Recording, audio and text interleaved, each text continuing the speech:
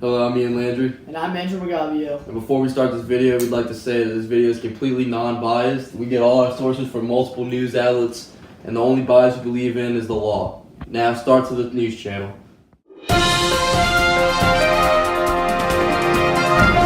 Hello, I'm Ian Landry. And I'm Margavio. And welcome to BBC News, Bucktown Broadcasting Center. Today our show is specialized on Nike and Colin Kaprenick. Our first thing we'll be going to is Hunter Kraus talking about the legal side if NFL players such as Colin Kaepernick, Kenny Stills, Arian Foster can kneel for the national anthem. Then I personally will be talking about how Nike stocks were affected after they signed Colin Kaepernick as the face of their company. And lastly, I'll be taking over and I'll be talking about Kenner's Mayor Ben Zahn making his own rules about if recreation centers can wear Nike or not. Now let's go Hunter with sports. Rolling in the middle of the club, no jersey. I don't want no liquor cause I've been drinking that dirty. Thanks, Ian. Nice toss. Today in sports, we're talking about a very hot topic right now. Colin Kaepernick and Nike.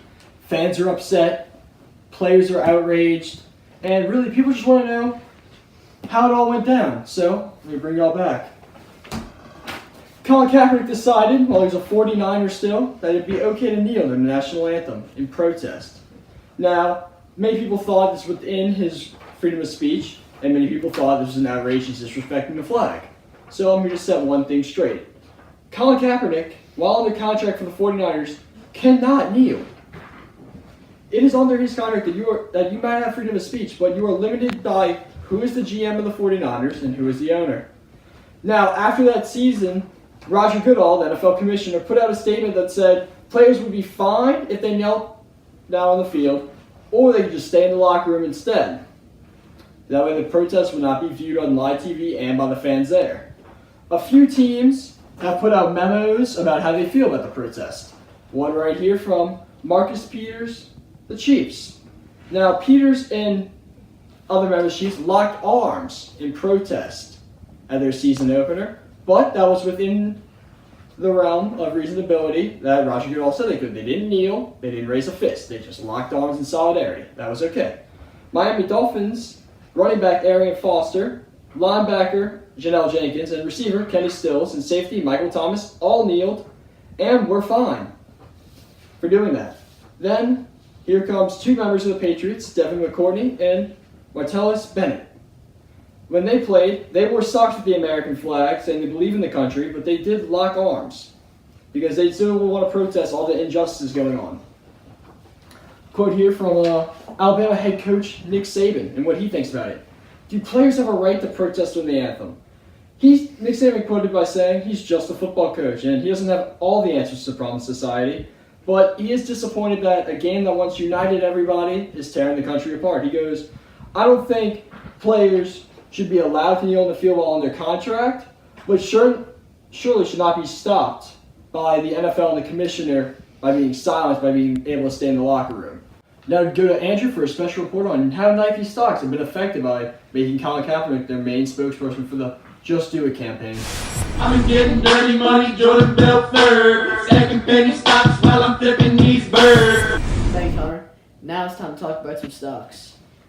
Reportedly, Nike stocks initially dropped 3% after the release of the ad campaign, but Nike's online sales jumped to 27%, according to Edison Trends, a digital commerce researcher. In the same period last year, product orders fell 2%, but Nike shares have since recouped all their losses. Nike product owners have protested through burning their Nike products and other accessories, just as I burn away $100 bills. They're doing nothing different than I am right now. Waste of money. Who cares whose the ad campaign is? Why burn your products? Now let's go to Ian Landry.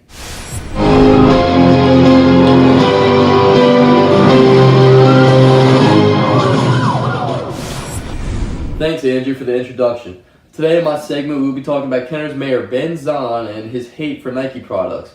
So just last week, the city of Kenner's Mayor Ben Zahn told Parks and Recreation that under no circumstances will any Nike product or any product with the Nike logo be purchased for use or delivery at any City of Kenner recreation facility. That was just 2 days after Colin Kaepernick was named the main spokesmodel for Nike's 30th anniversary Just Do It campaign. Colin Kaepernick, as you remember, was the San Francisco 49ers quarterback who started the peaceful protesting on the field of kneeling during the national anthem. So legally we heard earlier about how if Colin could or couldn't kneel for the anthem, but I will prove right now that Kenner's mayor legally can't tell a booster club that they cannot sell because they don't use city funds. Booster clubs gain money through fundraisers and private donations, not through the city of Kenner, not through a budget from Kenner, not through taxpayers. All their money is made from the booster club themselves. And most of the booster clubs that raise money by charging dues and selling concessions during games. Once again, never taxpayer money. Also, City Councilman Mike Sigger said, Louisiana state law lets government specify the types of products that they want to buy, but forbids disqualifying specific brands such as Nike as so. That's 2 strikes, Ben. You've already violated 2 things. You told a private fundraiser that they cannot wear Nike when they raise their own money, and then you broke Louisiana law. This guy. But for the strikeout, Mayor Ben Zahn posted a memoir that was, as you can see behind me, spread all around social media platforms. This was never given to his advisory staff or anyone around him, but he himself made this decision, posted it, and enacted it like a dictator would. Now, thankfully, as of September 12, 2018, 6 out of 7 Kenner council members voted to rescind the Nike ban in order to restore power for booster clubs. Right now, if you go to your Kenner gym, you are free to wear Nike. Any 9 gyms, Nike's for you.